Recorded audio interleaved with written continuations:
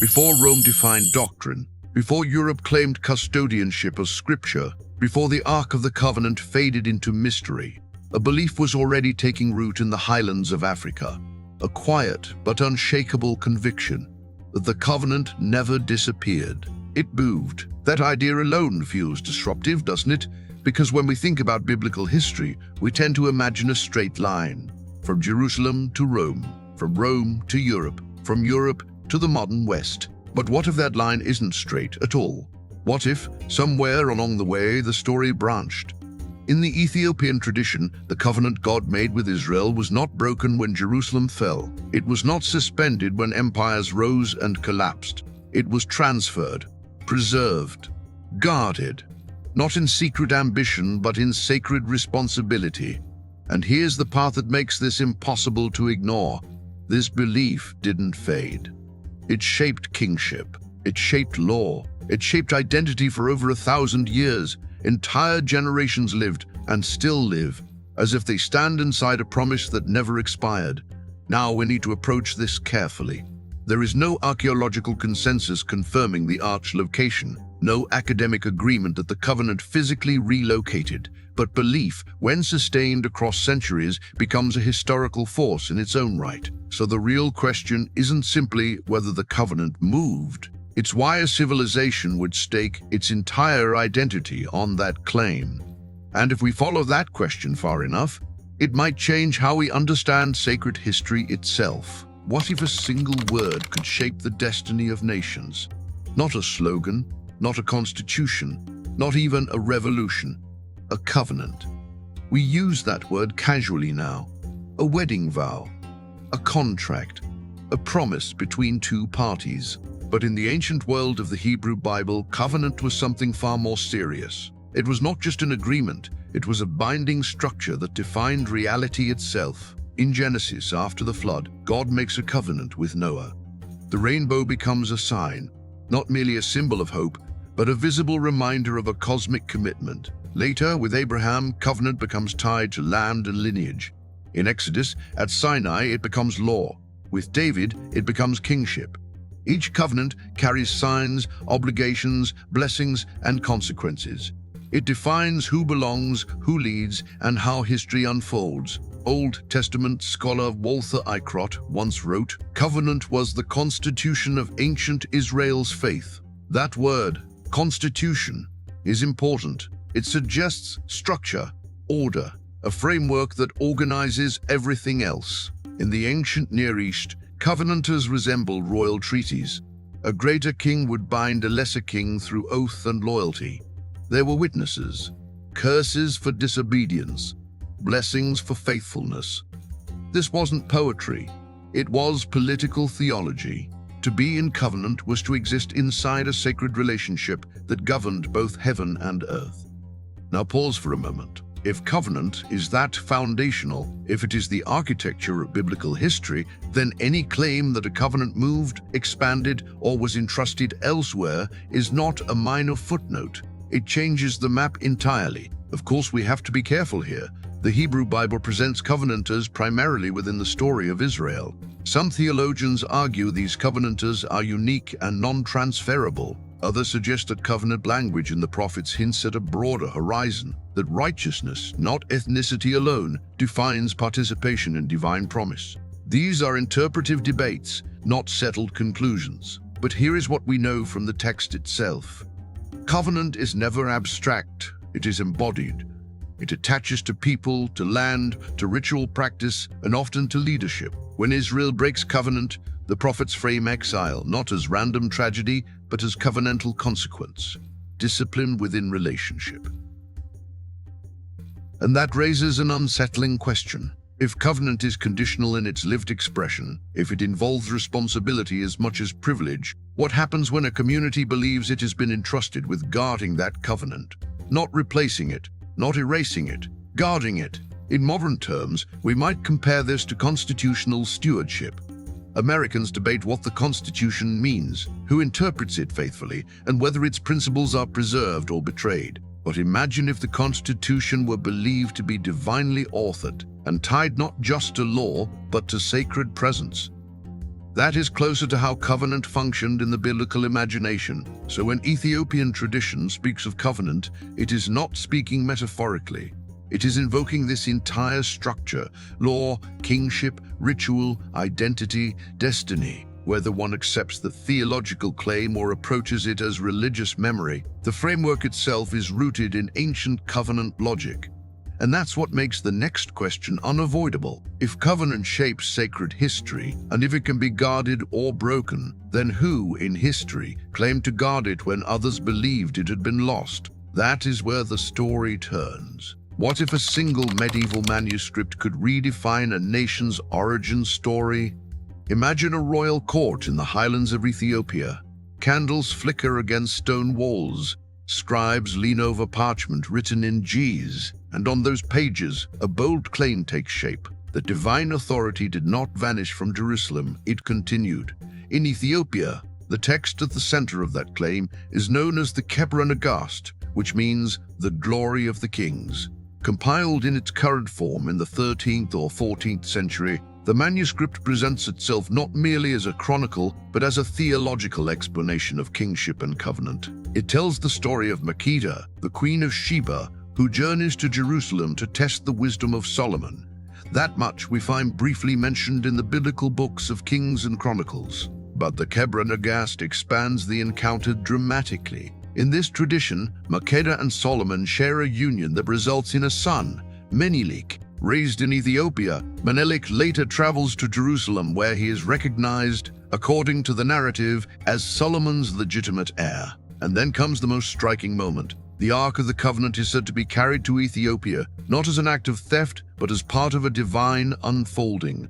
Now we have to pause here. From a historical standpoint, there is no archaeological consensus confirming this transfer. Most scholars view the Kebra Nagast as a medieval theological work composed centuries after the events it describes. Some argue it was written to legitimize the Solomonic dynasty, which rose to power in Ethiopia in 1270. In that interpretation, the text functions as political theology, a sacred narrative designed to anchor royal authority in biblical lineage. Others, especially within Ethiopian tradition, see the text differently. Not as invention, but as preservation of older oral and written traditions. In that view, the manuscript records a memory already embedded in the culture long before it was formally compiled. So which is it? Myth? Memory? Political strategy? Perhaps those categories are not as separate as we assume. Religious historian Mercier Eliade once observed that myths are not simply full stories. They are narratives that encode a community's understanding of reality. They answer the question, who are we? And why do we exist this way? In that sense, whether one reads the Kebra Nagast as literal history or theological construction, its impact is undeniable. It shaped coronation rituals, it shaped royal titles, it shaped how Ethiopians understood their relationship to the biblical story. And here's something important. The text does not claim Ethiopia replaced Israel. It suggests continuity, that when Israel faltered, the covenant was safeguarded elsewhere. That distinction matters. It frames the narrative as stewardship rather than conquest. Still, from a critical perspective, we must acknowledge the gaps. There is no independent contemporary source from ancient Israel confirming Menelik's visit. There is no archaeological record of the Ark's relocation. Those absences are real, but so is the persistence of the tradition itself. For centuries, this manuscript was not treated as legend. It was treated as constitutional memory. And that leads us to a deeper question. If a text written in the medieval period could anchor 7 centuries of kingship and reshape national identity, what happens when the physical symbol at the center of that story, the Ark itself, is believed to still exist? That is where the debate becomes even more charged. What if the most sacred object in the Hebrew Bible never vanished, but was simply moved beyond the map most of us inherited? For centuries, the Ark of the Covenant has existed in a kind of historical twilight. The Hebrew Bible describes it in precise detail, a gold-covered chest containing the tablets of the law, overshadowed by cherubim, placed within the Holy of Holies. It is central in Exodus. It parts the Jordan in Joshua, and then it fades. After the Babylonian destruction of Jerusalem in 586 BCE, the Ark is never clearly mentioned again in the canonical texts. That silence has invited centuries of speculation. Some Jewish traditions suggest the Ark was hidden before the invasion. Certain rabbinic sources propose it was concealed beneath the Temple Mount.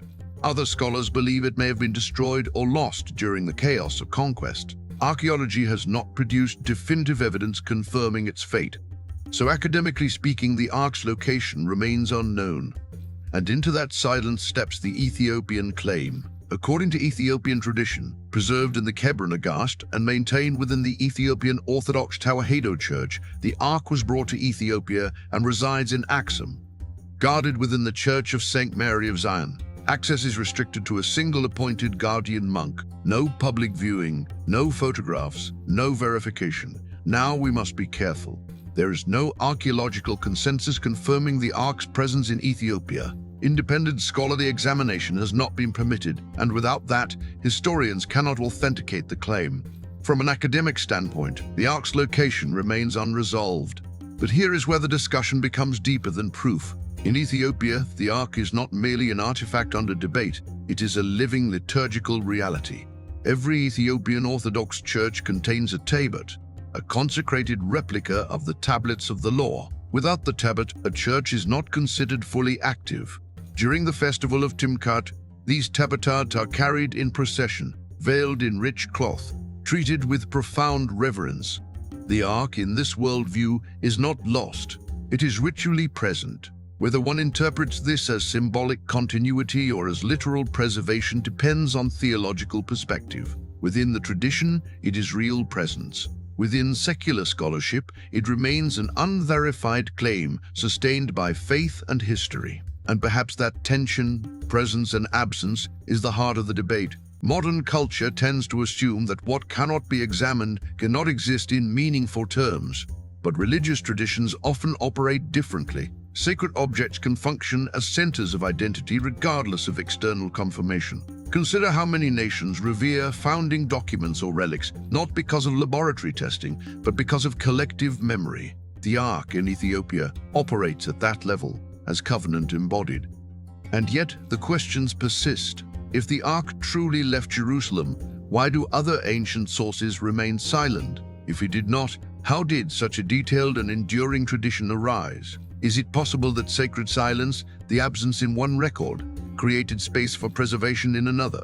The Ark debate is not merely about location, it is about authority, about who holds the tangible symbol of divine covenant, about whether sacred history travels along a single line, or whether it branches into places we were not taught to look. And if the Ark, whether physically present or ritually embodied, reshaped Ethiopian worship for centuries, what about the scriptures themselves? Because the canon Ethiopia preserved tells its own story. What if the Bible you grew up with isn't the only Bible that has ever existed? Picture a stone church in the Ethiopian highlands, incense rising, chanting in Ge'ez, a language no longer spoken in daily life, yet still alive in worship.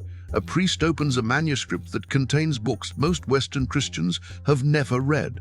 Not hidden, not forbidden, simply preserved. The Ethiopian biblical canon is one of the oldest and most expansive in the Christian world. While Protestant Bibles contain 66 books and Catholic Bibles 73, the Ethiopian Orthodox Tawahedo Church recognizes a broader canon, traditionally counted as 81 books. That number alone raises questions. What are those additional texts, and why were they not included elsewhere? Two of the most discussed are the Book of Enoch and the Book of Jubilees. Fragments of Enoch were discovered among the Dead Sea Scrolls in the 20th century, confirming that it circulated widely in Second Temple Judaism. Yet the only complete version preserved through the centuries exists in Ge'ez within the Ethiopian tradition. Jubilees too presents a structured vision of history governed by divine law and covenant cycles. Now, it's important to clarify something here. When we say Europe left these books behind, we are not implying conspiracy. The formation of the biblical canon in the West unfolded gradually, through centuries of debate, liturgical use, and theological discernment. Different Christian communities drew boundaries differently. By the time councils in late antiquity affirmed specific canons, Ethiopian Christianity had already developed along a largely independent path, geographically distant from Rome and Constantinople. Some scholars argue that Ethiopia preserved texts that were once more widely known, but later excluded from Western canons. Others suggest that Ethiopia's canon reflects a distinct theological trajectory shaped by its own historical context. These are ongoing academic conversations, not settled verdicts. What is clear is that Ethiopian Christianity did not simply inherit a finalized European Bible. It preserved a broader scriptural world, and that broader world carries theological weight. Enoch speaks of cosmic judgment, angelic rebellion, and divine order extending beyond one nation. Jubilees emphasizes covenant structure woven into time itself. Jubilees, sabbatical cycles, moral accountability, these themes resonate deeply with Ethiopia's covenant-centered worldview. There are also texts unfamiliar to Western readers, such as the Ethiopian books of Maccabean, distinct from the Maccabees found in Catholic and Orthodox Bibles. These writings emphasize martyrdom, resurrection, and fidelity under persecution. Again, preserved not in secret, but in continuity. So what does this mean? It doesn't mean the Ethiopian canon is more authentic, nor does it mean Western canons are incomplete in a simplistic sense. Canon formation has always been shaped by liturgical practice, theological priorities, and historical circumstance. But it does challenge the assumption that biblical history flows in only one direction, from Jerusalem to Rome to Europe. In Ethiopia, scripture traveled another route. It remained intertwined with covenant identity, kingship, and sacred geography. It was sung, not just studied, carried, not just printed.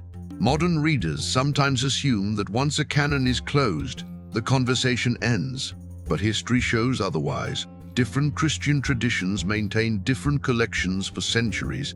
The idea of a single, universally fixed list is more complex than many realize. And here's the deeper question. If Ethiopia preserved texts that emphasize cosmic covenant and divine guardianship, and if those texts shaped its theology for over a millennium, how did that scriptural foundation influence its understanding of kingship and national destiny? Because once scripture expands, identity expands with it. And that takes us from books to thrones. What if a king ruled not because he conquered, but because he believed he was guarding a promise? Picture a coronation in medieval Ethiopia. Incense thick in the air, priests chanting in G's, a crown placed not merely on a political leader, but on a man believed to stand in continuity with David and Solomon. The title spoken aloud, elect of God, conquering lion of the tribe of Judah. This was not decorative language, it was covenant language. Beginning in 1270, the Solomonic dynasty claimed descent from King Solomon and the Queen of Sheba, a lineage rooted in the narrative preserved in the Kebra Nagast. Historically, we can say with confidence that the dynasty emerged after the Zagwe period and established centuries of political continuity. What remains debated is the literal genealogy. There is no independent contemporary evidence confirming biological descent from ancient Israel. Most modern historians approach that claim as dynastic theology, a sacred narrative legitimizing rule.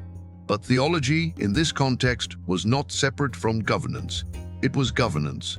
In biblical tradition, covenant and kingship are intertwined. In 2 Samuel 7, God's covenant with David establishes not just personal blessing, but dynastic continuity, a throne connected to divine promise. The Solomonic rulers of Ethiopia consciously mirrored that model. Their authority was framed not only in military or economic terms, but in custodianship of covenant. And that framing shaped national identity. Coronation rituals reference biblical precedents. Royal chronicles invoked sacred lineage.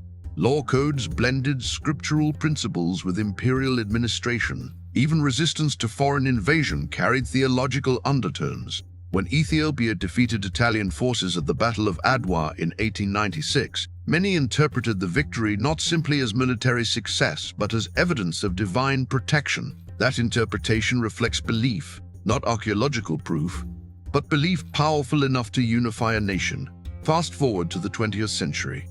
Emperor Haile Selassie, crowned in 1930, stood within that same dynastic tradition. Internationally, he became a symbol of African sovereignty. In Jamaica, the Rastafarian movement identified him with messianic significance, a development that emerged outside Ethiopian Orthodox theology. yet demonstrates how covenantal kingship narratives can travel and transform. Still, we must hold the tension carefully. From a critical historical perspective, the Solomonic lineage is a claim rooted in medieval sources. It cannot be verified through contemporary ancient documentation. Scholars distinguish between political legitimacy constructed through sacred narrative and empirically demonstrable genealogy. Both dimensions matter, but they are not the same. Yet even if one views the lineage symbolically, the dynasty's endurance is undeniable. For nearly 7 centuries, Ethiopian emperors ruled within a framework that fused throne and altar. Covenant was not an abstract doctrine, it was constitutional identity. And here's the deeper layer. When monarchy ended in 1974, after revolution and regime change, the covenant narrative did not disappear. It retreated from palace walls into liturgy, pilgrimage, fasting, and prayer. The political throne fell. The theological story remained. That persistence raises a quiet but profound question. If covenant identity survived the collapse of kingship, was the throne ever the center of the story? Or was it always something deeper, something that outlived empires? Because to understand why Ethiopia saw itself as chosen to guard a promise, we have to step back from crowns and armies and ask a more unsettling question. Why Ethiopia at all? Why Ethiopia? It's a simple question, almost disarming. If covenant language in the Hebrew Bible begins in the ancient Near East, if Jerusalem stands at the center of so much sacred history, why would a tradition arise that places guardianship of that covenant in the highlands of East Africa? Geography alone makes the question feel improbable, and yet sometimes it is precisely distance that preserves. Ethiopian theological tradition does not usually frame its covenant claim in terms of superiority. Instead, it often speaks in terms of guardianship, not chosen to dominate, chosen to safeguard. That distinction matters. In the Kebra Nagast, the transfer of divine favor is described not as conquest, but as continuity, a movement of responsibility. Some Ethiopian interpretations look back to the Queen of Sheba's journey to Solomon as a symbolic beginning. In the biblical account found in Kings 10, she comes seeking wisdom. She asks hard questions. She listens. She returns home transformed. Ethiopian tradition expands that encounter into a foundational moment. But even in the biblical text, her posture is not aggressive. It is inquisitive, reverent.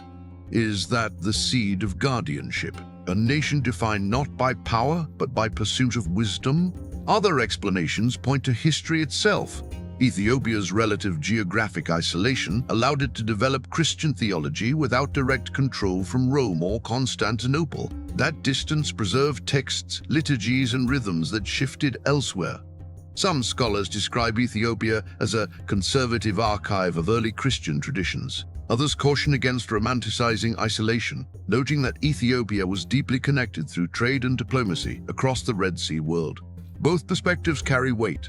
Still, there is a pattern. When surrounding empires fractured under conquest or doctrinal conflict, Ethiopia often maintained continuity. Not without struggle, invasions, famines, internal upheavals all left scars. But the covenant narrative interpreted those crises not as abandonment, but as discipline within relationship. That reading echoes the prophetic pattern of the Hebrew Bible itself, where suffering is framed as correction, not rejection.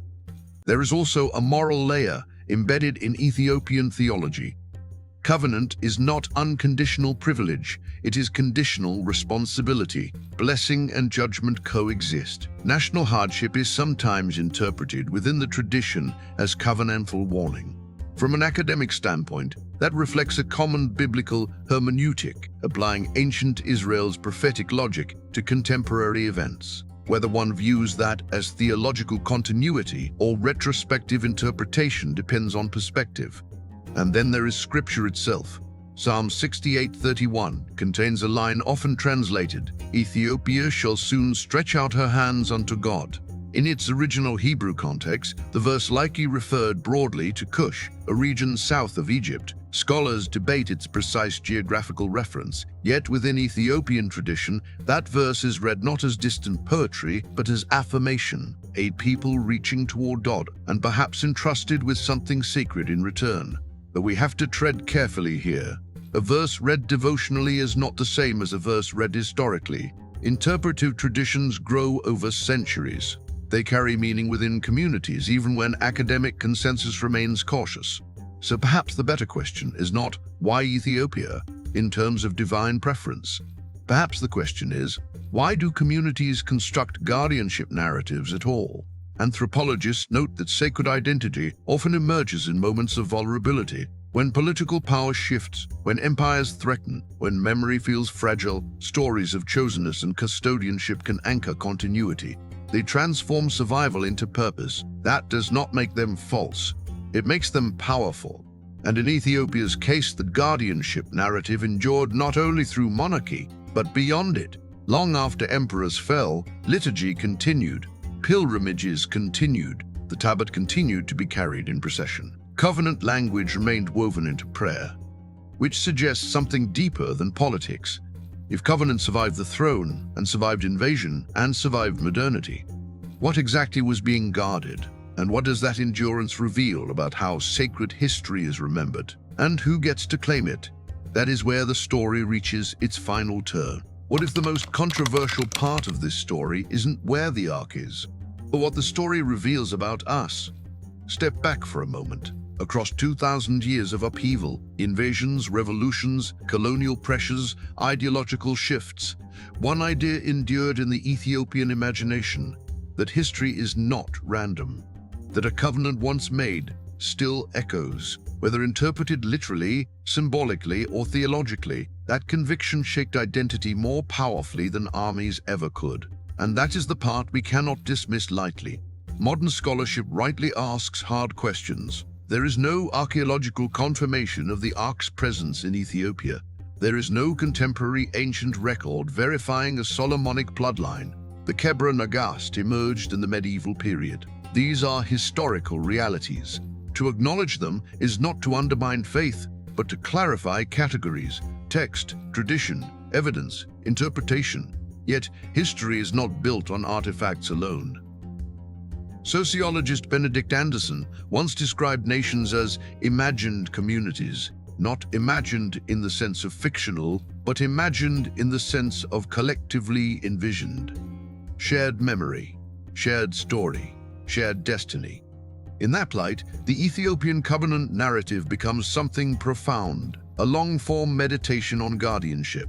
The real debate, then, is not only about location. It is about authority, about who gets to frame sacred history. For centuries, Western narratives often moved from Jerusalem to Rome to Europe, implying a linear transfer of theological center. Ethiopia complicates that map. It reminds us that Christianity did not spread outward in a single direction. It took root in Africa early. It developed independently. It preserved texts others set aside. It interpreted scripture through its own historical lens. That does not mean Ethiopia replaced Israel. It does not mean other traditions are invalid. It means sacred memory is more layered than many of us were taught. And perhaps that is the deeper invitation. When a community believes it stands within a covenant, it lives differently. Suffering is interpreted through discipline rather than despair. Victory is framed as stewardship rather than entitlement. Identity becomes tied to responsibility. Even for those who approach the story purely from an academic perspective, something remains compelling. Why did this narrative endure so long? Why did it survive the fall of monarchy? Why does liturgy still echo with covenant language in the Ethiopian highlands? Maybe because covenant, at its core, is about relationship. Not just between a people and God, but between past and present. Between memory and meaning. The ark may remain historically unresolved. The genealogies may remain debated. Scholars will continue to examine manuscripts and compare traditions. That work matters. But beyond the debates, there stands a civilization that understood itself as guardian rather than conqueror, and that challenges us. In an age where power often defines legitimacy, what would it mean to define identity through guardianship instead? Not asking, what do we control? But what have we been entrusted with? Maybe that is why this covenant story refuses to disappear. Not because it demands belief, but because it asks a question we are still trying to answer. Who guards the sacred in our time?